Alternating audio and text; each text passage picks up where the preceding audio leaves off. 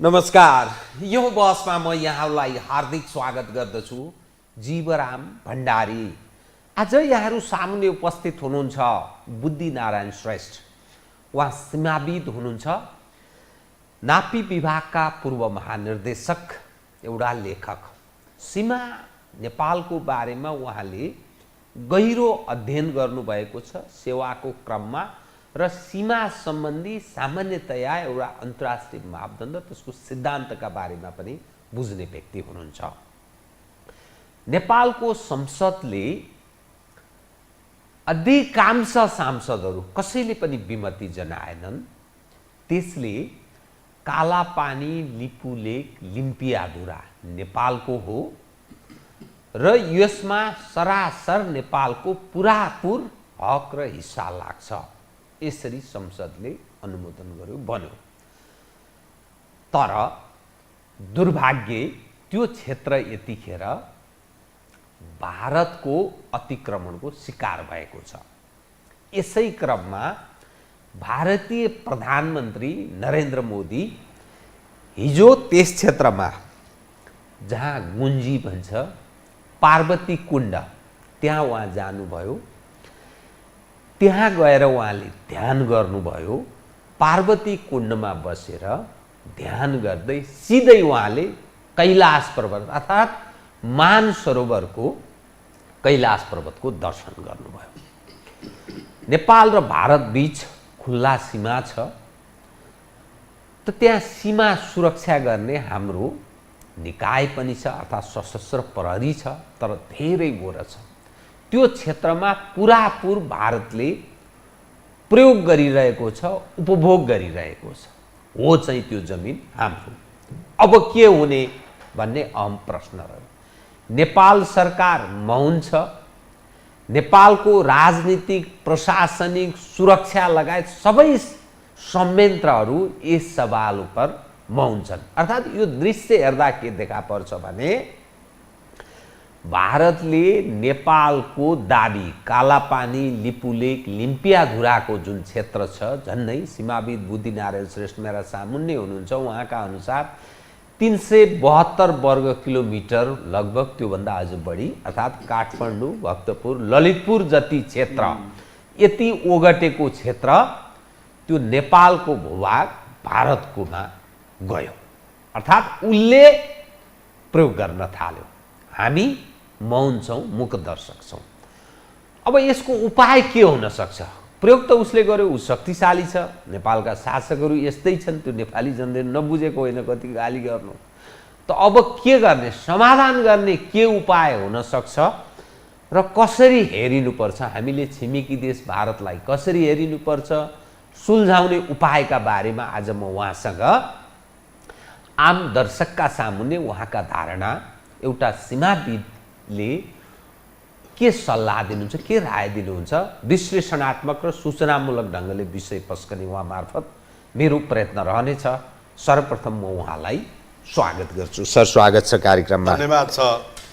म अब यहाँसँग दुःख गरिदिनु भयो, ठुलो न्याय गरिदिनु भयो यो दर्शकका लागि, किनभने अन्यल छ। किनभने शासकहरू बोल्दैनन्, प्रशासक बोल्दैनन्, सुरक्षा निकाय बोल्दैनन्, तर सर्वसाधारणले यसका बारेमा छलफल गरिरहनुपर्छ। त्यो हाम्रो पुँजी हो। भारतीय प्रधानमन्त्री नरेन्द्र मोदी हिजो गुन्जी, उहाँले लेख्नु ट्विटरमै उहाँले सार्वजनिक गर्नुभएको छ। गुन्जी क्षेत्रमा म गएँ, मेरो तस्बिर यो हो, त्यहाँ म हाम्रा सुरक्षा निकाय अर्थात् भारतीय सेना सुरक्षा दस्तासँग यसरी म बसेँ भनेर फोटो पनि सार्वजनिक गर्नुभएको छ। र पार्वती कुण्डको ठिक सामने उहाँ ध्यान गर्नुभएको छ, सेतो लुगा लगाएर। अनि त्यहाँबाट ठ्याक्कै त्यो मानसरोवर अर्थात् कैलाश पर्वतको दर्शन गर्न, त्यस्तो पवित्र स्थल रहेछ, त्यहाँ दर्शन गर्नुभएको छ। त्यहाँको पुजारीबाट त्यो शिवको मन्दिरमा, पार्वती कुण्ड समीपमा रहेको मन्दिरमा उहाँले आशीर्वाद पनि लिनुभएको छ। ओम हर हर महादेव भनेर उहाँले बडा गौरव व्यक्त गर्नुभएको छ।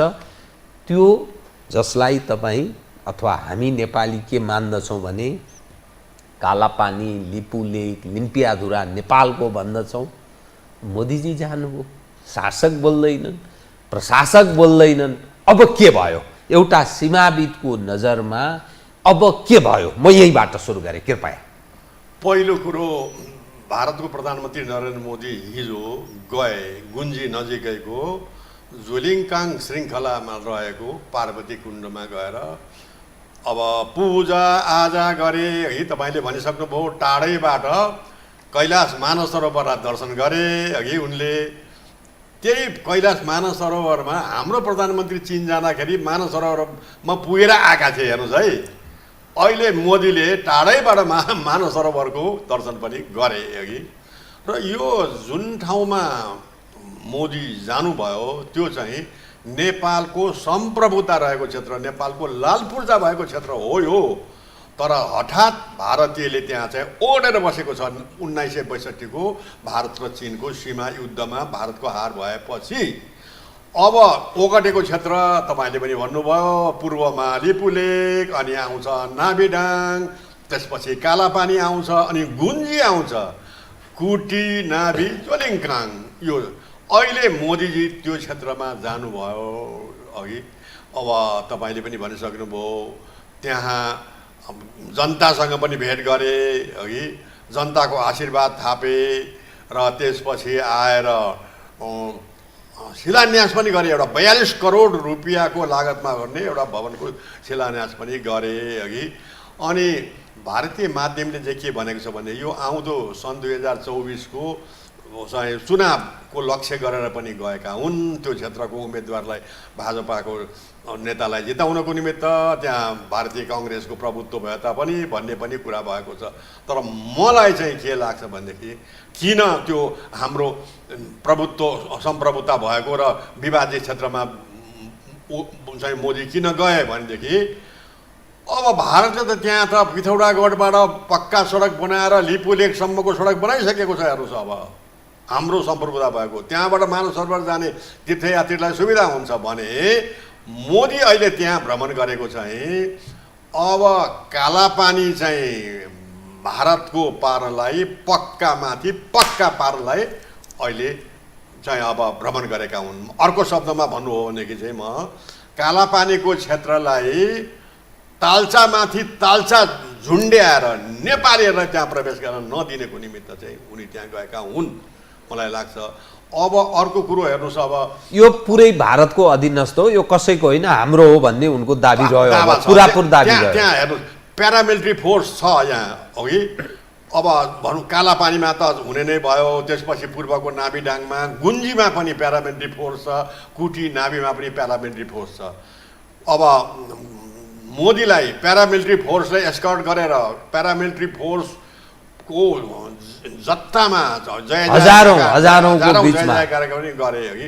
त्यस कारणले गर्दाखेरि अब भारतले चाहिँ यो क्षेत्र लिपुलेक, कालापानी, लिम्पियाधुरा क्षेत्र नछोड्ने। अब यहाँ अहिले यो विवादित क्षेत्र नछोड्ने भयो। अब सन्देश त्यही दियो उनले। विवादित क्षेत्रमा चाहिँ अन्तर्राष्ट्रिय सीमा सिद्धान्त अनुसार कुनै पनि दुई देशको बिचको विवादित क्षेत्रमा सरकार प्रमुख या राष्ट्र प्रमुख जानु मिल्दैन कूटनीतिक मर्यादा अनुसार। तर कूटनीतिक अहिले मोदीले कूटनीतिक मर्यादालाई अब इग्नोर गरेर बेवास्ता गरेर उनी चाहिँ गए। हेर्नुहोस्, अब उनले त्यो विवादित क्षेत्र भन्ने पनि मानेनन्।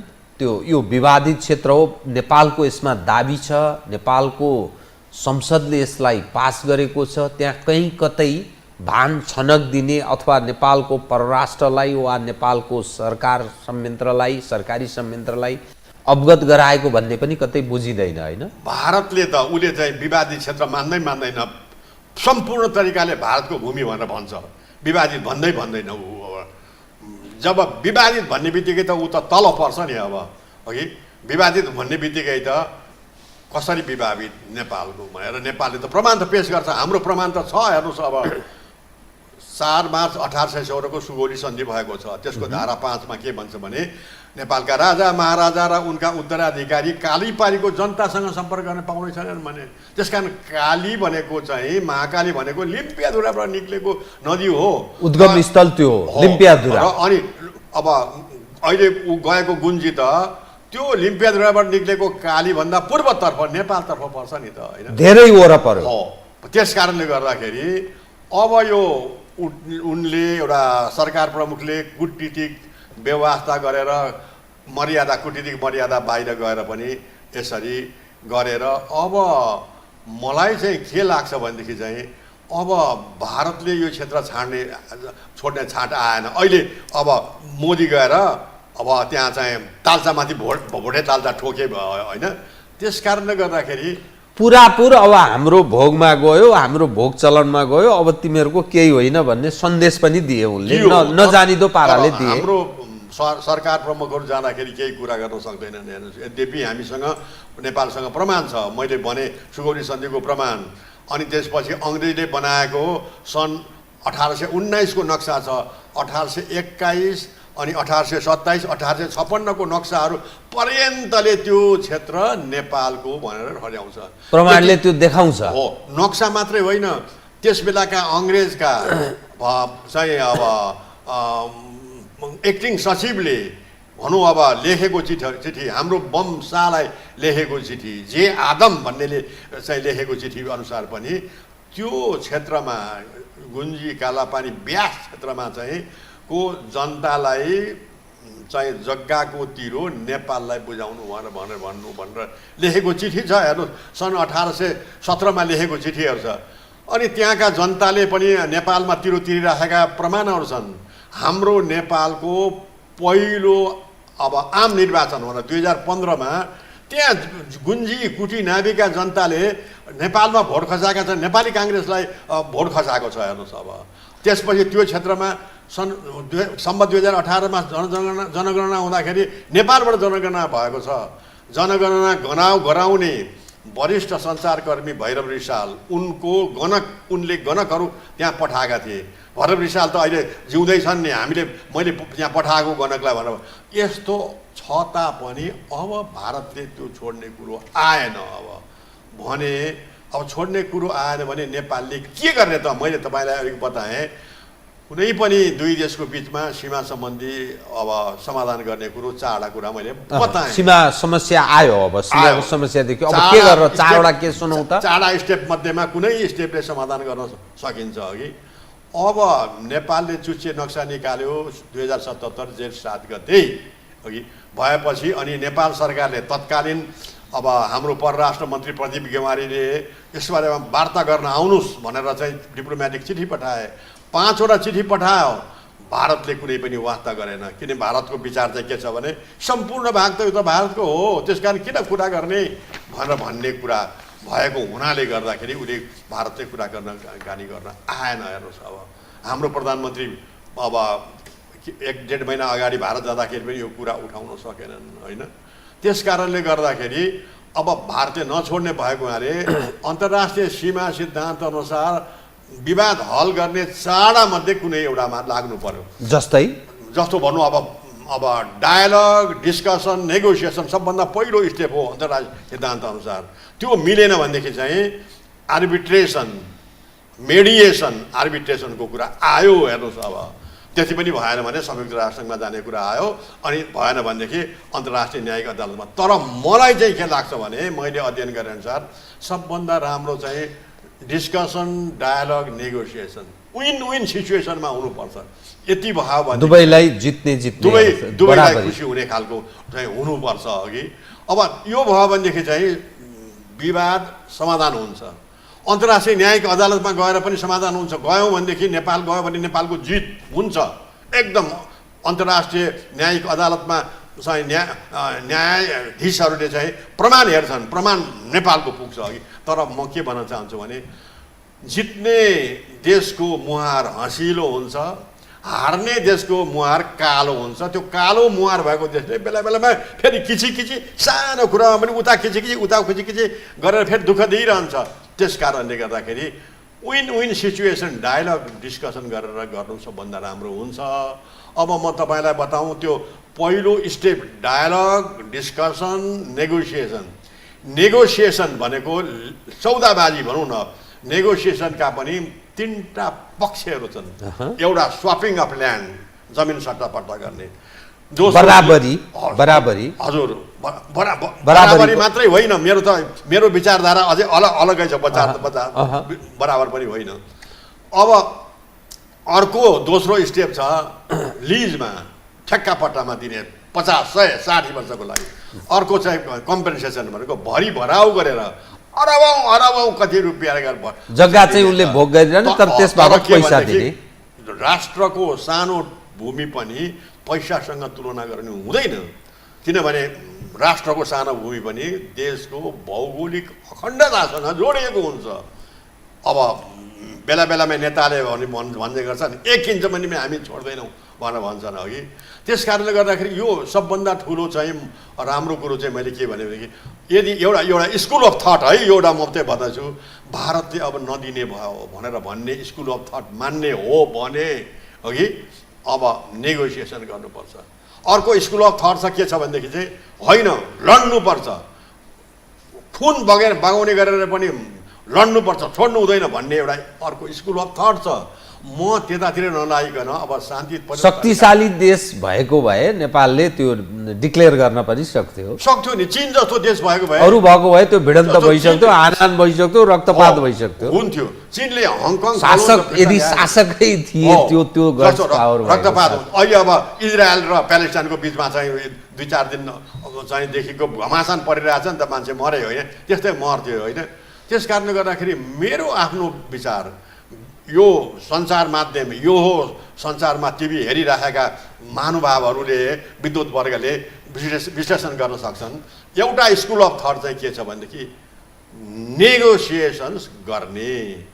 अघि नेगोसिएसन्स अन्तर्गत स्वापिङ अफ ल्यान्ड, मैले यहाँ फ्लोट गर्न लागेको एउटा आइडिया मैले सुनौ कृपया चाहिँ के भनेदेखि जमिन सट्टापट्टा गरेर समाधान गर्ने।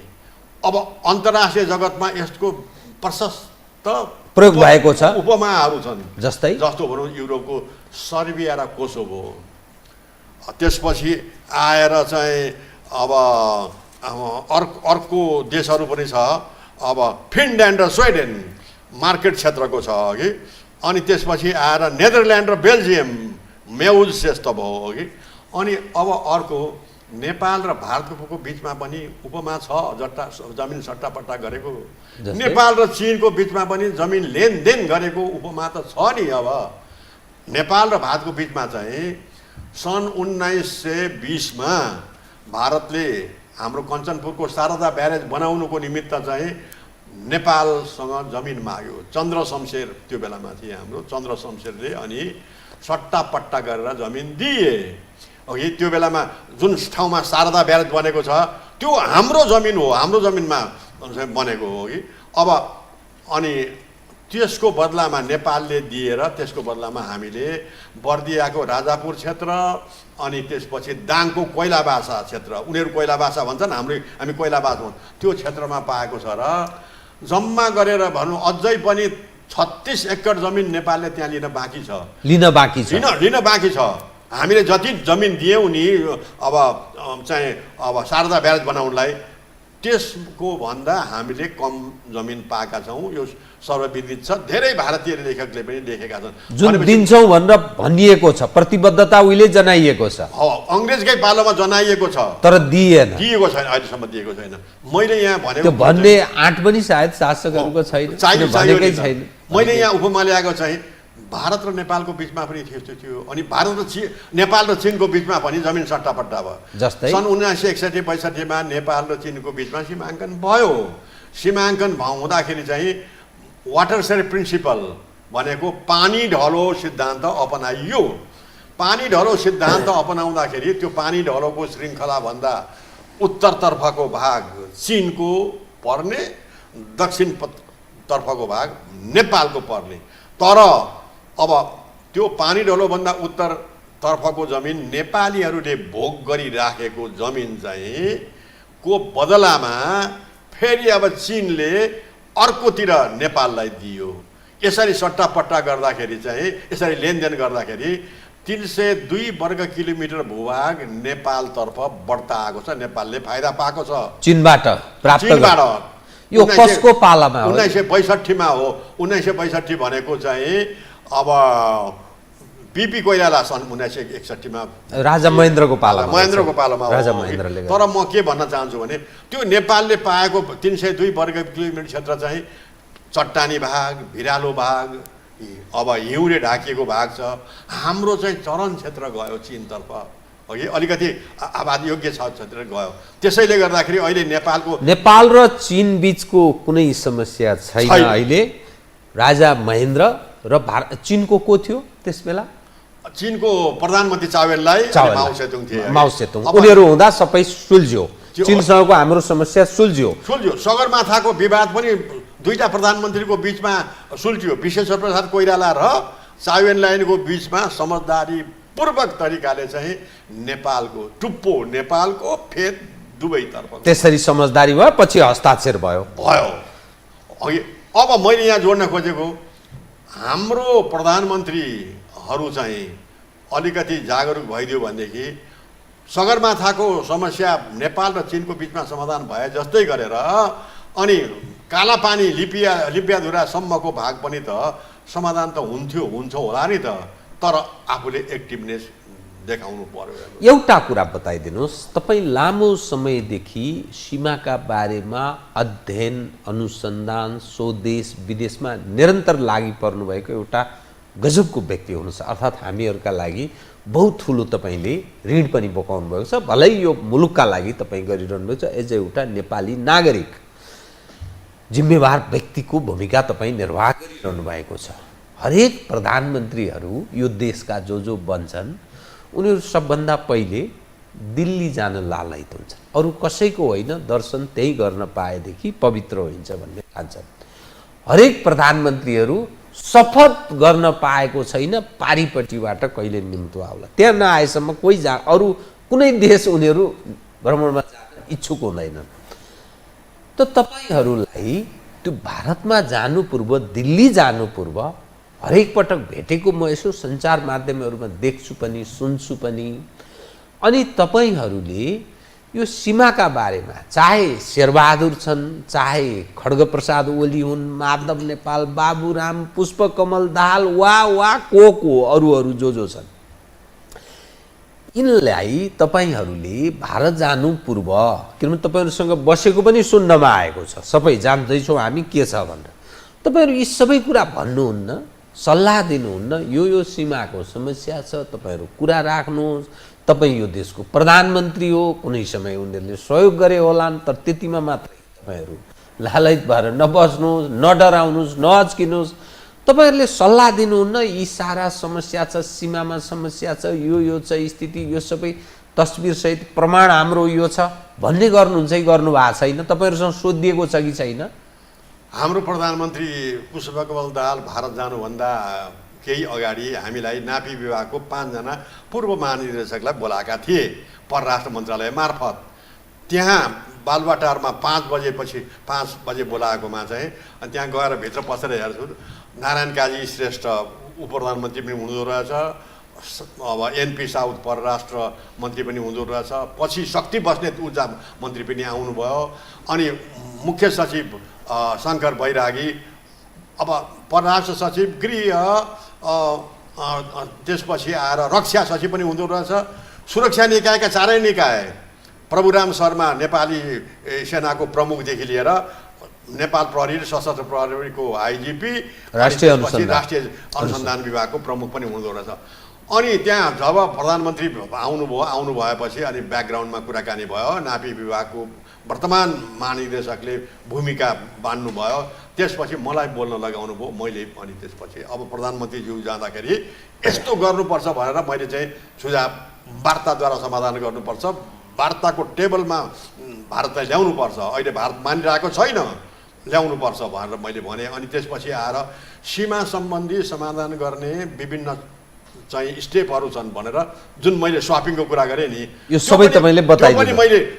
मैले भने अब समाधान गर्ने हो भनेदेखि चाहिँ अन्तर्राष्ट्रिय सीमा सिद्धान्त अनुसार जमिन सट्टापट्टा गर्ने पनि चाहिँ प्रावधान छ भनेर मैले भनेको थिएँ अघि। अब त्यो उहाँलाई चाहिँ प्रचण्डले भारतको भ्रमण सकेर आउनुभन्दा, नेपाल फर्कनुभन्दा अगाडि बिहान नेपाली सञ्चारकर्मीहरूलाई भन्नुभएछ यो एउटा प्रावधान पनि छ। सीमाविद बुद्धिनारायणको पनि विचार यो छ, यस्तो छ भनेर मेरो नामै काटेर भन्नुभएको छ। अनि फर्केर आएपछि उहाँको सल्लाहकार गजुरेल हुनुहुन्छ नि, गजुरेलले पनि यो कुरा बुद्धिनारायणको भनाइ अब हाम्रो प्रधानमन्त्रीज्यूले भनेर भन्नुभयो। तर संसदमा अनि कुरा उठ्यो, बुद्धिनारायणले भन्यो भन्दैमा त्यसरी गर्नुहुन्छ र गर्नु हुँदैन भनेर एमालेका रघुजी पन्तले त मेरो नामै तोकेर पनि भनेर भन्नुभएको छ कि। त्यस कारण मैले भनेको एउटा समाधान गर्ने पद्धतिमध्ये एउटा स्कुल अफ थट यो हो नि, अर्को स्कुल अफ थट अर्को होला। अहिले यो चाहिँ यो हो टिभीको अन्तर्वार्ता हेरिराख्नु भएका विद्वत वर्गहरूले अर्को स्कुल अफ थट के छ हेरेर समाधान गरौँ। मेरो आफ्नो विचार चाहिँ कति यो चाहिँ अब छक्का पन्जा गरेर बस्ने अब कालापानीको बारेमा, त्यस कारण स्वापिङ गरौँ भनेर। अनि मलाई चाहिँ के भनेदेखि मैले भन्दै थिएँ अघि, भारत र बङ्गलादेशको बिचमा स्वापिङ अफ ल्यान्ड गरेर समाधान भयो। भारतले सट्टापट्टा भयो, उसको जग्गा यता दिने। भारतले बङ्गलादेशलाई 111 इन्क्लेभ दियो, तर अब बङ्गलादेशले 51वटा इन्क्लेभ भारतलाई दियो। यसरी समाधान गर्यो सन् 2015मा हेर्नुहोस्। अब अघि त्यस्तै गरेर हामीले पनि नेपालले पनि लिने हो कि भनेर, अब लिने भयो भने कुन लिने त नेपाल। अब भनौँ, अब मेरो आफ्नो विचारधारा चाहिँ तपाईँले पनि भन्नुभयो, हाम्रो लिपुले कालापानी लिम्पियाधुराको 372 वर्ग किलोमिटर भूभाग मिचिएको छ। मेरो स्कुल अफ थट अनुसार चाहिँ अब 310 वर्ग किलोमिटर मात्रै दिने, स्वापिङ गर्दाखेरि 62 किलोमिटर राख्ने। किनभने लिपुलेकबाट उम्रेको नदी छ, त्यो नदी आएर लिम्पियाधुराबाट आएको नदीसँग सङ्गम हुन्छ। त्यो लिपुलेकबाट आएको नदीभन्दा उत्तरतर्फको चाहिँ भाग 310 वर्ग किलोमिटर पर्छ, जुन चाहिँ ठाउँमा भारतले सडक बनाइसक्यो। हेर्नुहोस्, अब बनाइसक्यो, त्यो चाहिँ दिने। अनि लिपुलेकबाट आएको नदीभन्दा दक्षिणतर्फको भाग जहाँ भारतीय क्याम्प छ अहिले, त्यो चाहिँ नेपालले राख्ने 310 वर्ग किलोमिटर मध्ये दिने भएर त्यसको बदलामा चाहिँ हामीले उपयोगिताको जमिनको हिसाबले दोबर लिनुपर्छ। जस्तो मेरो एउटा प्रपोजल के छ भनेदेखि, जस्तो सुनौ कृपया, प्रपोजलमा चाहिँ यदि कालापानीको भाग 310 वर्ग किलोमिटर हामीले दियौँ भने हाम्रो दाङ, रूपन्देही र त्यसपछि रूपन्देहीसँग जोडिएको तौलिएवा जोडिएको, त्यो जोडिएको दक्षिणको भाग भारतको गोन्डासम्मको भागमा चाहिँ हामीले 310 वर्ग किलोमिटर दिने, हामीले 620 वर्ग किलोमिटर डबल हामीले लिन सक्नुपर्छ अघि उपयोगिताको हिसाबले पनि। एउटा अल्टरनेटिभ यो छ समाधानको उपाय। अर्को उपाय चाहिँ के छ भनेदेखि चाहिँ दोस्रो ठाउँ है, कृपया सुनौ, दोस्रो अल्टरनेट चाहिँ के छ भने गण्डक नदी, हामी नारायणी भन्छौँ, गण्डक नदी अब नेपालबाट सिमाना काटेर अन्तिममा गएर त्यो गण्डक नदी भारतको गङ्गा नदीमा गएर मिसिन्छ। त्यो गण्डक नदीभन्दा पश्चिमतर्फ कहाँसम्म त भन्दा हाम्रो भैरवाबाट एउटा डन्डा नदी निक्लेको छ। डन्डा नदी निक्लेर त्यो भारतको अब घाग्रा नदीमा मिल्छ। त्यो घाग्रा नदी गएर फेरि अब गङ्गामा गएर मिल्छ कि। अब यो चाहिँ नारायणी नदी अथवा देखि पश्चिमतर्फको हाम्रो भैरवबाट निक्लेको जुन सोतो परेको भाग छ, त्यसमा भने 620 वर्ग किलोमिटर भूभाग भयो भने यो पनि एउटा समाधानको अल्टरनेटिभ छ है। अर्को अल्टरनेटिभ के छ भने अब सबभन्दा राम्रो कुरो चाहिँ हाम्रो अब झापा जिल्लाको काँकडभित्ताभन्दा दक्षिणतर्फको किच्चकवधसम्मको भाग छ। त्यो किच्चकवधसम्मको भागबाट बङ्गलादेशको सिमाना छुने, बङ्गलादेशको बङ्गला वन 0 पोइन्ट भन्छ त्यो छुने, अनि बङ्गलादेशको टिटालिया भन्ने छुने, त्यो चिकन नेक हो कि कुखुराको घाँटी जस्तो परेको भाग छ। त्यो लिन सक्यो भने राम्रो हुन्छ। यो लिन सक्यो भनेदेखि चाहिँ हामीले 310 वर्ग किलोमिटर दिन्छौँ भने 310 वर्ग किलोमिटरै लिए पुग्छ, डबल चाहिँदैन उपयोगिताको हिसाबले। किनभने नेपालको सिमानाले बङ्गलादेश छुन्छ, अनि बङ्गलादेशको मङ्गला पोर्ट नेपाली व्यापारीहरूले उपयोग गर्न पाउँछन्। त्यो हाम्रो अर्को आसान हुने भयो, सहज हुने भयो जीवन हाम्रा लागि। एउटा स्कुल अफ थट हो। मेरा कतिपय साथीहरू पनि भन्लान् यो दिनु हुँदैन, भारतले दिँदैन, मान्दैन। होइन, तपाईँको आफ्नो विचार हो नि, तपाईँले यो सिद्धान्त यसरी पनि सुल्झाउन सकिन्छ भन्ने। भारतले मानेन भनेदेखि त अर्कै कुरा अर्गल्याइ भएको हुन्छ नि त।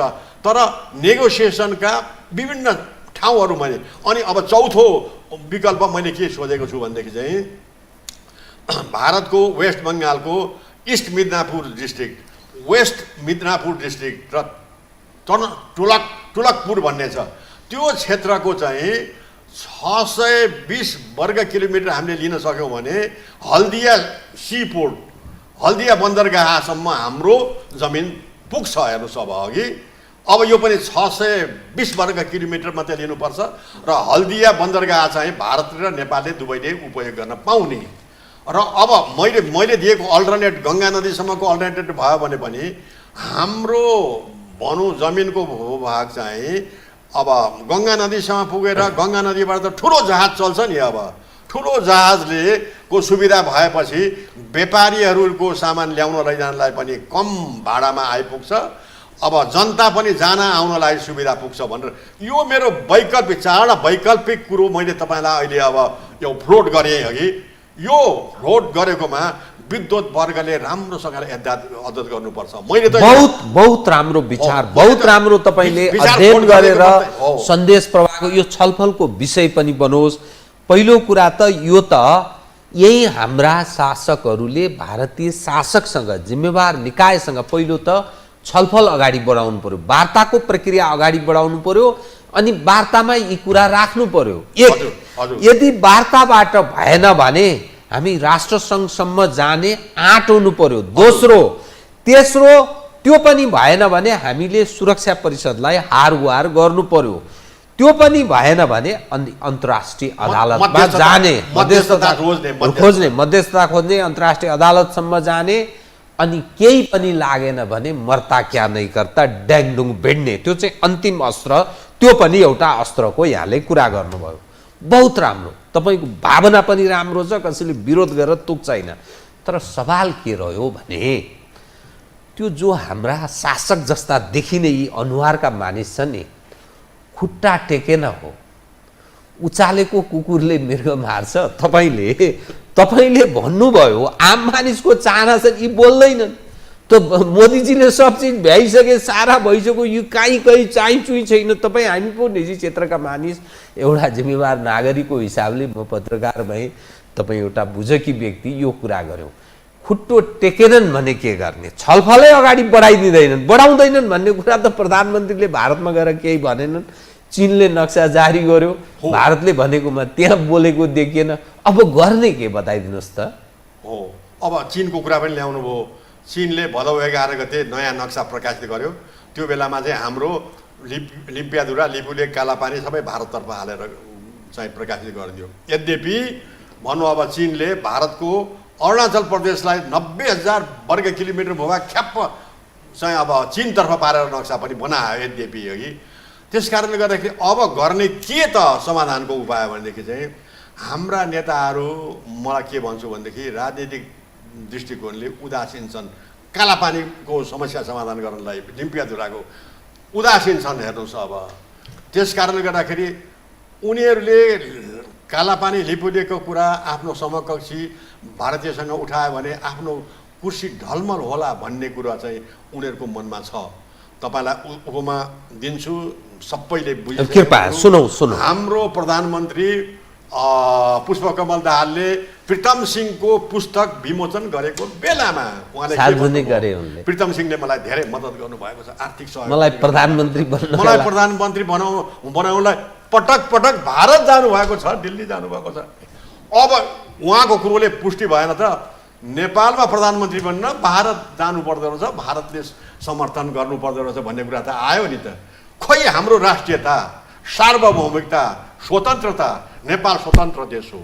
भारत त 100औं वर्षसम्म अङ्ग्रेजको गुलाम थियो नि त। अब 1947मा मात्रै स्वतन्त्र भएको हो नि त। भर्खर जन्मेको देश, हामीमा राष्ट्रियता खोइ, हाम्रो प्रधानमन्त्रीमा राष्ट्रियता के हो? तथ्य कुरा होला, तर म भन्छु प्रधानमन्त्री प्रचण्डलाई तारिफ पनि गर्छु, सत्य कुरा बोल्यो उसले। अघि प्रत्येक प्रधानमन्त्री हुनुको निमित्त चाहिँ भारतको आशीर्वाद चाहिँदो रहेछ। भारत रिसायो भने डलमल हुन्छ। हाम्रो प्रचण्ड त्यसरी आफ्नो पद ढलमल होला भनेर 2 महिना अगाडि मात्रै सीके राउतको पार्टीको एकजना महिलालाई मन्त्रीमा ल्याए नि त। नभए सीके राउतको पार्टीको मान्छेलाई मन्त्रीमा ल्याउनु किन आवश्यक पर्थ्यो? सीके राउतले समर्थन झिक्यो भने आफ्नो सरकार पल्टन्छ, आफ्नो कुर्सी जान्छ भन्ने रहेन छ त। त्यस कारणले जबसम्म यो कुर्सी ढलपल हुन्छ भन्ने कुराको मनमा राख्छन् हाम्रा प्रधानमन्त्रीले नेताले, तबसम्म कालापानीको लिम्पियाधुराको सिमानाको विवाद कहिले पनि हुँदैन। हेर्नुहोस्, अब म त के भन्छु भने नि, अब हाम्रो प्रधानमन्त्री अहिलेको वर्तमान प्रधानमन्त्री प्रचण्डले यो कुरा उठाएनन् भने 1-2 महिना 2-4 महिना 1-2 वर्षमा त उनी जान्छन् नि त। विस्थापन जरुरी छ, त्यो कुर्सी सधैँ प्राप्त हुँदैन नि। त्यस कारणले कुर्सीमा पाएको बेलामा चाहिँ कमसे कम बोल्नुपर्छ। हेर्नुहोस्, अब अघि अब यहाँ अहम प्रश्न के रह्यो भने, एक त त्यो भारतले प्रयोग गरिरहेको छ, त्यो कहिलेदेखि प्रयोग गरेको छ भन्ने तपाईँलाई जानकारी छ? यो सुनौ त।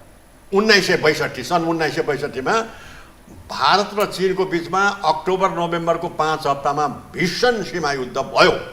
अनि चिनिया फौज आउँदै गरे गर्दाखेरि जब चिनिया फौजले ल सिमाना यो हाम्रो हो भन्ने बित्तिकै भारतीय फौज पनि रोकिएर त्यसपछि अनि त्यो रोकिएको बेलामा प्रधानमन्त्री जवाहरलाल नेहरूलाई भारतीय सञ्चारकर्मीले सोधे, हाम्रो भारतीय फौजको के छ हालखबर चीनसँगको लडाइँमा भन्दाखेरि भारतीय प्रधानमन्त्री जवाहरलाल नेहरूले जवाफ दिएका थिए, भारतीय सेना बहादुरी के साथ पीछे हट रहे हैं। बहादुरी के साथ, त्यो बहादुरी के साथ पीछे हट रहे भएको बेलामा कालापानीको भाग यस्तो संवेदनशील देखियो कि त्यो लिपुलेक भन्ज्याङ 20,276 फिटको अल्गो धुम्कोबाट घाँटी परेको भाग छ।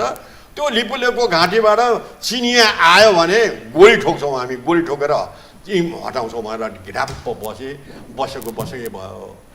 विश्वबन्धु थापा तत्कालीन महेन्द्र राजाको पालामा गृहमन्त्री हुनुहुँदो रहेछ। उहाँले 1.5 वर्ष अगाडि 3-4वटा टेलिभिजनमा चाहिँ जब भारतको हार भएपछि नेहरूले राजा महेन्द्रलाई चिठी लेखेका थिए, कालापानीमा हामीलाई बस्न दिनुहोस्, हाम्रो फौजलाई बस्न दिनुहोस् भनेर चिठी लेखेका थिए। राजा महेन्द्रले हामीलाई क्याबिनेटमा पनि सुनाए। अनि त्यसपछि राजा महेन्द्रले अब इन्डाइरेक्ट तरिकाले चाहिँ भारत चीनसँग हारेको आलो घाउ छ, किन उसलाई चित्त दुखाउने, अहिले हामी केही नबोल्ने, भारततर्फ पनि नलाग्ने चिनतर्फ पनि नलाग्ने भनेको छ। अघि मैले यहाँ प्रश्न ल्याएको चाहिँ अब विश्वबन्धु थापाले भनेको कुरो चाहिँ अब जवाहरलालले महेन्द्रलाई चिठी लेखेको हो भने त्यो चिठी त हामीले खोज्नु पर्यो नि त। त्यो चिठी पाउने बित्तिकै त कालापानी लिपुलेक लिम्पियाधुराको भाग त नेपालको हो भने त स्वतः प्रमाण ठहरियो नि त। त्यस कारणले गर्दाखेरि यो चाहिँ परराष्ट्र र रक्षा र सीमासँग सम्बन्धित पक्षहरूले ख्याल गर्नुपर्यो। मैले सञ्चार माध्यममा के पनि भनेको छु भने त्यो चिठीलाई तत्कालीन नारायणजीको रातो बाकस चाहिँ रेड बक्समा छ कि, अथवा परराष्ट्र मन्त्रालयको आर्काइभमा छ कि, अथवा भनौँ अब राजा वीरेन्द्र त्यस्ता अध्ययन गरिरहन्थे, भित्रभित्र घुसघुस अध्ययन गरिरहन्थे। राजा वीरेन्द्रको जुन अब आर्काइभमा छ, खोज्नु पर्यो। अहिले अब नेपाल गणतन्त्र भएपछि त्यस्ता कुराहरू कहाँ राखे, कहाँ गए हो कि? त्यो मैले चाहिँ अब मलाई परराष्ट्र मन्त्री प्रदीप गेवाली र शङ्करदास बैरागी चाहिँ अब बेलामा मलाई परराष्ट्र मन्त्रालयमा चाहिँ ब्रिफिङको लागि बोलाएको थियो, मलाई पनि बोलाएको। त्यो कुरा यहाँले भन्नुभएको थियो? हो, मैले ब्रिफिङ गर्दा पनि भनेको छु। त्यो चिठी नेहरूले राजा महेन्द्रलाई लेखेको चिठी पानी मुनि गए पनि यहाँले खोज्नु पर्यो भनेका थिए। अब पत्ता लागेको छैन। हामी नेपाली हेर्नुहोस् यस्तो हाम्रो डकुमेन्ट व्यवस्थित छैन। अब गृह कार्य छैन, भारतमा कुराकानी गर्नु, चीनमा कुराकानी गर्नु भयो, गृह कार्य छैन। तपाईँले त मलाई अन्तर्वार्ता दिन हिजो बेलुका बोलाउनु भयो नि, मैले पनि सानो गृह कार्य भएर आएको छु। गृह कार्य नगरेको भए मैले तपाईँसँग यति बताउन सकिँदैन। एउटा यो बताइदिनुहोस्, हाम्रो नेपालीहरूको गृह कार्य एकदमै धीमा, अल्छी। हेर्नुहोस्, गर्दै नगर्ने, जान्दै नजान्ने हाम्रा मन्त्रीहरू अर्काले लेखेको, सचिवले लेखेको भाषण पढ्दाखेरि पनि लरबर गरेर गर्ने यस्तो अवस्था भएको हुनाले कहाँबाट कालापानीको भाग सुल्झन्छ र? त यो गैर जिम्मेवार नेतृत्व, गैर जिम्मेवार शासक प्रशासक, जसको कारण हामी यो दुखी खन्तबिजोको अवस्थामा छौँ, यो पनि प्रश्न पारिदिनुहोस् न। मैले बारम्बार यहाँसँग भेट्ने अवसर पनि प्राप्त हुँदैन, किनभने यहाँको आफ्नै जिम्मेवारी छ। यो चुच्चे नक्सा चाहिँ हाम्रो कहिलेदेखि कहिलेसम्म थियो र त्यसपछि यो चुच्चे नक्सा अनि बुच्चेमा कहिले परिणत भयो, तत्पश्चात यो भर्खर जस्तो यहाँले एउटा डेटा दिनुभयो 2077 जेठ 7 गते मात्रै फेरि चुच्चे नक्सा थपियो। त यो त अस्ति भर्खर थपियो। अनि यो त राजनीति परिवर्तन भएको पनि 34 वर्ष व्यतीत भइसकेको छ, गणतन्त्र आएको 17 वर्ष भइसकेको छ। अनि कहाँबाट यिनलाई फेरि ब्रह्मज्ञान आयो र यो थपे? यत्रो वर्षसम्म के हेरेर सुतेर बसेका थिए कि के गरेर बसेका थिए? यो कतै नेपाल र भारत बीच लडाईँ गर्ने प्रयोजनका लागि मात्रै यो एउटा मनस्थिति त्यस्तो बनाएर म रोए जस्तो गर त कुटे जस्तो गर भन्ने हिसाबले मात्र यिनीहरू सबै मिलेका भाइ मिलेर सबै भ्याइसकेका छन् कि यो के हो? अलिकति स्पष्ट पारिदिनुहोस् त, बुझाइदिनुहोस्। यो दर्शकले बुझ्नु जरुरी किन छ भने त यिनीहरूलाई यो 77 मा चाहिँ यो ब्रह्मज्ञान कहाँबाट आयो? त्योभन्दा अगाडि 46 सालदेखि यत्रो वर्षमा किन त्यो ज्ञान आएन? यो अलि प्रश्न पारिदिनुहोस् त।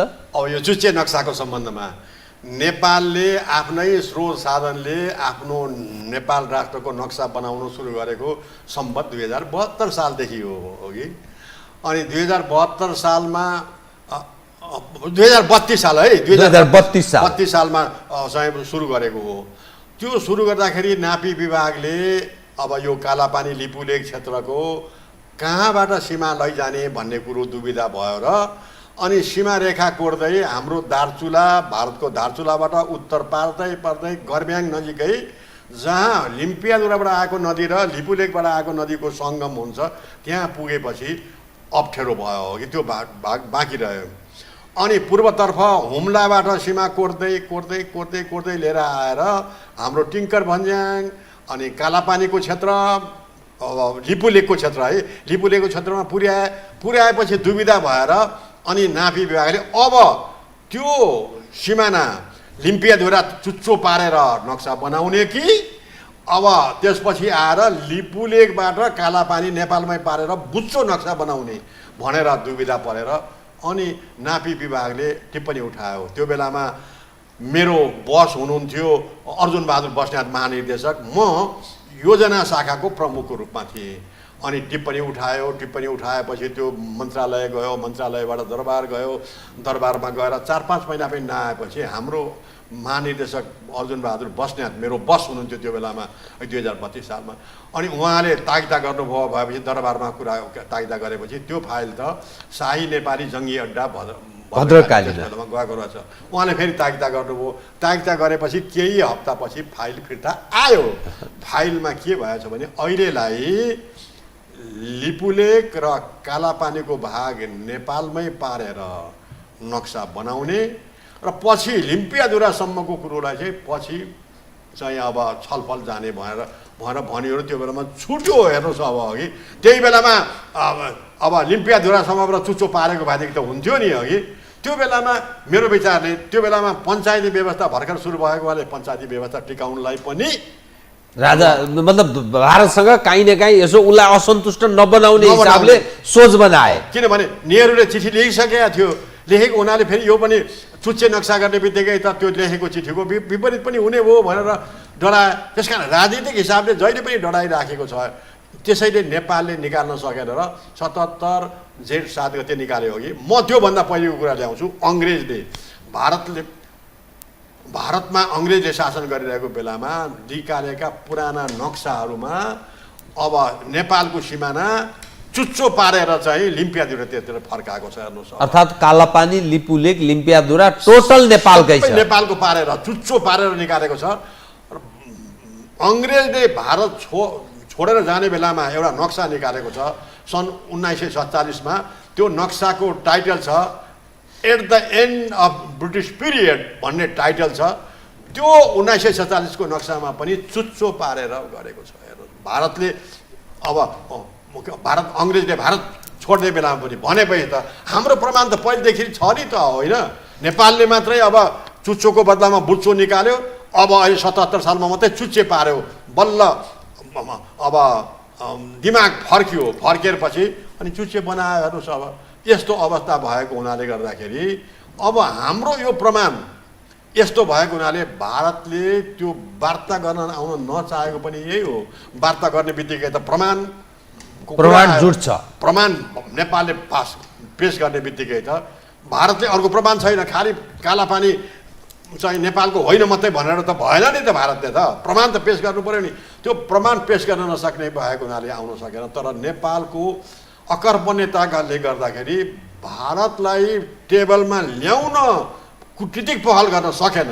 हेर्नुहोस्, अब हाम्रो कुटनीतिक पहल गर्नु पर्थ्यो। हाम्रो मन्त्रीहरू विभिन्न चाहिँ अन्तर्राष्ट्रिय सम्मेलनमा जाँदाखेरि सम्मेलनको कुरो जस्तो भनौँ, अब हाम्रो स्वास्थ्य मन्त्री युनेस्को प्रोग्राममा चाहिँ अमेरिका गयो भने सबै मूल कुरो सकिसकेपछि साइड लाइनमा पनि केही कुराकानी गर्नु पर्थ्यो हो कि। अब भनौँ, अब रुसको स्वास्थ्य मन्त्रीसँग नै कुराकानी गर्नु पर्थ्यो नि। नेपालको चाहिँ स्वास्थ्य मन्त्रीले के भनेर कुराकानी गर्नु पर्थ्यो भने नेपाल र भारतको बिचमा सानो एउटा समस्या छ, सिमानाको, कालापानी लिपुलेक लिम्पियाधुराको। सायद अब केही पछि वार्ता गरेर हामी समाधान गर्छौँ होला। त्यति कुरो चाहिँ रुसको स्वास्थ्य मन्त्रीलाई भनिदिएको भए त्यो रुसको स्वास्थ्य मन्त्रीले बेलामा पछि आएर भारतको स्वास्थ्य मन्त्रीसँग कुराकानी गर्दाखेरि त नेपालको स्वास्थ्य मन्त्री त यसो भन्दै थियो नि भने दबाब सिर्जना त्यसरी पनि गर्न सकिन्छ। भारतलाई हामीले त्यसरी दबाब सिर्जना गरेको खोइ अघि साइड लाइनमा कुरा गरेको के हो? खोइ हाम्रो परराष्ट्र मन्त्रीहरू जान्छन् तर साइड लाइनमा कुरा गर्ने, साइड लाइनमा कुरा गर्नलाई त केही चाहिँ पर्दैन थियो नि त। अब भारतलाई के गर्दा दबाब पर्न सक्छ, के गर्दा भारतले मान्दछ, त्यो चिज अन्तर्राष्ट्रिय कम्युनिटीलाई साइड लाइन बैठकहरूमा पनि भनिनुपर्छ। त्यसले अर्थ लाग्छ। एकदम 100% तपाईँको भनाइ एकदम म समर्थन गर्छु हो कि। तर हाम्रो अकर्मण्यता राजनीतिक उदासीनताले गर्दाखेरि भनौँ अब अघि, त्यस कारणले गर्दाखेरि यो हुन सकिरहेको त्यो क्वालिटीको लिडरसिप पाएन। अब यसमा म अलिकति जोड्न मैले चाहेँ, कालापानी लिपुलेक लिम्पियाधुराको त यहाँले कुरा गर्नुभयो। त्यसदेखि बाहेक नेपाल र भारतबीच अरू ठाउँमा पनि सीमाका समस्या छन् कि छन् भने कति ठाउँमा छन् त्यो पनि प्रस्ताइदिनु त। अब नेपाल र भारतको बिचमा सीमारेखा 1880 किलोमिटर लामो सीमारेखा छ। 1880 किलोमिटर सीमा। त्यसमा चाहिँ 71 ठाउँमा सीमा विवाद, तेरो मेरो अब वाद विवाद चलेर आइरहेको छ। त्यसमध्येमा सबभन्दा ठुलो चाहिँ अब दार्चुला जिल्ला ब्यास गाउँपालिका वडा नम्बर 1 अघि को चाहिँ अब यो लिपुलेक लिम्पियाधुरा क्षेत्रमा तपाईँले पनि भनिसक्नुभयो 372 वर्ग किलोमिटर भूभाग। अनि हाम्रो नवलपरासी जिल्लाको सुस्ता क्षेत्रमा चाहिँ 145 वर्ग किलोमिटर भूभाग चाहिँ हाम्रो मिचिएको छ हाम्रो। त्यस्तै गरेर अब कञ्चनपुरको प्याराताल परासन, प्यारातालको भाग सबै नेपालको हो तर प्यारातालको भाग 9 हेक्टर जमिन जति चाहिँ मिचेको छ अहिले। त्यो प्यारातालको भाग हाम्रो जिल्ला विकास समितिले पहिले ठेक्का लगाउँथ्यो माछा साछा लिनलाई, अब अहिले चाहिँ अब पाउँदैन, भारतले चाहिँ ठेक्का लगाएको छ। यस्तो अवस्था छ। अनि हुँदा हुँदा हेर्नुहोस् अब पूर्वतर्फको मेची नदी तटीय क्षेत्रमा पनि भनौँ, अब महेशपुर क्षेत्रमा पनि विवाद छ। पूर्वतर्फको कुरा गरौँ। अझ उत्तरको भनौँ भनेदेखि हाम्रो इलाम र पाँचथर जिल्लाको सिमानामा अब सन्दकपुरको रमणीय पर्यटकीय क्षेत्र पनि विवादमा छ। अनि हाम्रो इलामको पशुपति नगर नगरपालिकाको क्षेत्रमा आधा रोपनी जमिनमा पनि विवाद छ। आधा रोपनी जमिन भारतले कब्जा गरिरहेको छ। हेर्नुहोस्, अब अघि त्यो आधा हाम्रो अब आधा रोपनी जमिन किनभने त्यो चाहिँ भारतीय भन्सार कार्यालयको नजिकै भएछ। त्यो जोडिएको कारणले गर्दाखेरि हाम्रो आधा रोपनी भूभाग मिचिएको छ। अध्येता हिरणलाल श्रेष्ठहरू 9 वर्ष जति अगाडि जानुभयो, जाँदाखेरि त्यो भागमा टेक्न दिएन। म पनि गएको थिएँ। हेर्नुहोस्, अब ग्रेटर नेपाल सम्बन्धी डकुमेन्ट्री मनोज पण्डित निर्देशक भएकोमा म त्यहाँ गएको बेलामा पनि मैले त्यहाँको फोटो खिच्न लाग्दाखेरि मेरो क्यामेरा झन्डै भारतीय एसएसबीले चाहिँ खोसेर लगेको थियो कि। त्यस कारणले गर्दाखेरि अब हाम्रो पूर्व प्रधानमन्त्री केपी शर्मा ओली 3 महिना अगाडि त्यो ठाउँमा जानुभएको थियो अघि। त्यो ठाउँमा जाँदाखेरि चाहिँ भारतीय भन्सार कार्यालयको भवन र सीमा खम्बा एकदमै सटेक भएर भएको रहेछ र त्यहाँ चाहिँ जुन आधा रोपनीको भूभाग मिचिएको भाग छ नि, त्यहाँ हाम्रो नेपालीहरूले त्यहाँबाट लिएर गएका छन् भित्र। त्यो करिडोरबाट लिएर जाँदाखेरि ओली पूर्व प्रधानमन्त्री ओली मुस्किलले त्यो करिडोरबाट त्यत्रो साँगुरो करिडोरबाट चाहिँ गएछन् अघि। अनि उहाँले भन्नुभएको थियो सञ्चारकर्मीलाई, ओलीले भन्नुभएको थियो हाम्रो भूभाग त मिचेकै रहेछ, यहाँ भन्सार कार्यालयले मिचेको रहेछ भनेर। मैले भन्नुको मतलब भारतले नेपालको आधा रोपनी जमिन पनि मिचेको छ के? नेपालभन्दा भारत क्षेत्रफलमा 22 दोब्बर ठुलो राष्ट्र हो के त्यत्रो ठुलो राष्ट्रलाई नेपालको आधा रोपनी जमिन नपुगेको होला? किमार्थ होइन, तर नेपाललाई मनोवैज्ञानिक प्रभाव आफ्नो छत्र छायामा राख्न उता आधा रोपनी, उता 5 रोपनी, उता 25 रोपनी, उता हेक्टर मिचिएपछि त नेपाल तबाह हुन्छ। तम शरणम गरोस् भनेर चाहिँ यसरी मिचिराखिएको छ। हेर्नुहोस् अब यसको पछाडिको कारण म कार्यक्रमको अन्त्यतिर आएँ कि यहाँसँग 71 ठाउँमा यसरी सीमा मिचिएको छ, विवाद छ। अब यो भारत के चाहन्छ, अर्थात् के यसको प्रयोजन हुन सक्छ, के खोजिरहेको छ? हाम्रा शासकहरू बोल्ने आँट पनि गर्दैनन्। त यसले चाहिँ जाने सन्देश चाहिँ के हो? सन्देश त मैले भनिहालेँ, यो विभिन्न ठाउँमा मिचिदिएर नेपाललाई उनको छत्रछायामा अन्तर्राष्ट्रिय स्तरमा पनि भारतले जे भन्यो नेपालले मानोस्। संयुक्त राष्ट्रसङ्घमा भोटिङ गर्दाखेरि पनि भारतले जुन तर्फबाट भोट गर्छ त्यही नेपालले त्यही मानोस् भन्ने दृष्टिकोणले यसरी आफ्नो छत्रछायामा पारिराखेको छ। हेर्नुहोस् अब त्यति मात्रै होइन, भारतले अब नेपालको विभिन्न ठाउँमा विद्यालयहरू सिमानामा नै गएर विद्यालय एकतर्फी तरिकाले नेपाल सरकारको अनुमति नलिकन विद्यालय पुस्तकालयहरू चाहिँ अब बनाइराखिदिएको छ नेपालभित्रै।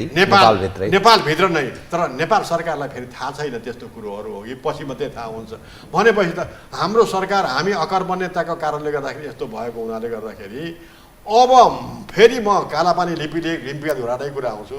दुई देशको बिचमा यो समाधान भयो भने विन सिचुएसनमा चाहे त्यो सट्टापट्टा गरेर होस् चाहे अदालत गएर होस् जता गएर होस् समाधान भयो भने यी बाँकी सानातिना कुरा झिना मसिना कुरा समाधान हुँदै जान्छ। जस्तो हामीलाई एउटा शरीरमा ठुलो घाउ भयो र अरू ठाउँमा सानसानो घाउ छ भने सानसानो घाउको वास्ता हुँदैन, ठुलो घाउको मात्रै दुखिरहन्छ नि।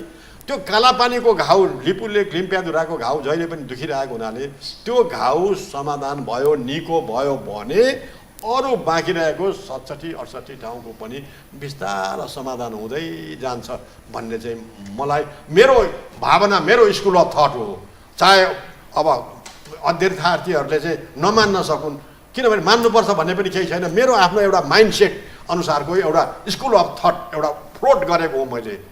छलफलको विषय छलफलको विषयमा गरेको नेपाली जनमानसमा नेपाली जनमानसले भन्नु पर्यो अब होइन बुद्धिनारायणले भनेको कुरो गलत छ मात्रै भएर भने अब गर्ने पर्ने के त उपाय पनि सुझाउ भन। अब हाम्रै साथीहरू छन् 1 इन्ची भूभाग पनि दिनु हुँदैन, रगतको खोलो बगाउनु पर्छ भने उसो भए कसरी कालापानीको समस्या हल गर्ने? नेपाली जनताहरू तबाह भइसके जहिले पनि कालापानीको कुरा भनेर भन्छन्। भनेपछि त उनीहरूले अर्को स्कुल अफ थट त दिनु पर्यो नि, मान्दिनँ मात्रै भनेर भएन नि त, अल्टरनेटिभ थट ल्याउनु पर्यो नि। जसरी मैले छट्टापट्टामा 4वटा अल्टरनेटिभ कुराहरू गरेँ नि अघि, यो नभए त्यो नभए अर्को वैकल्पिक व्यवस्था त ल्याएँ नि। यो भन्नुपर्छ हाम्रो नेपालको विद्युत वर्गले पनि, खोचे थापेर मात्रै हुँदैन, यो मान्दिनँ मात्रै भनेर त्यसको बदला के त सुझाव त दिनु पर्यो नि। सरकारको आँखा खोल्नु पर्यो नि, सरकारलाई दबाब दिनु पर्यो नि त। हामीले त तपाईँ सञ्चार माध्यममा काम गर्दै हुनुहुन्छ, म लिरिफिरी गरेर अध्ययन गर्दैछु। हामीले त सरकारलाई दबाब दिने हो।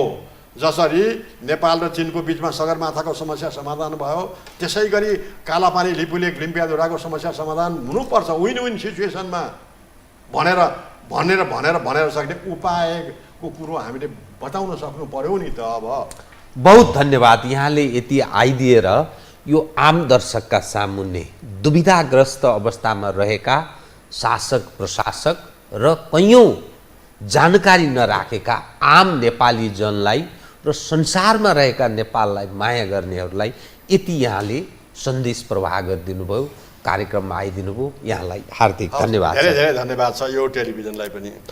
आदरणीय दर्शकवृन्द, उहाँ हुनुहुन्थ्यो बुद्धिनारायण श्रेष्ठ, सीमाविद, नापी विभागका महानिर्देशक। नेपाल र भारत बीच कहाँ कहाँ सीमाको समस्या छ र कसरी यसको समाधान गरिनुपर्छ, सुल्झाइनुपर्छ कसरी, त्यही उपायका बारेमा उहाँले दिएको सन्देश। म सहित मेरो सम्पूर्ण युनिटलाई कार्यक्रमबाट बिदा दिनुहोस्, तर यो हो टेलिभिजन, हेर्दै रहनुहोला। नमस्कार।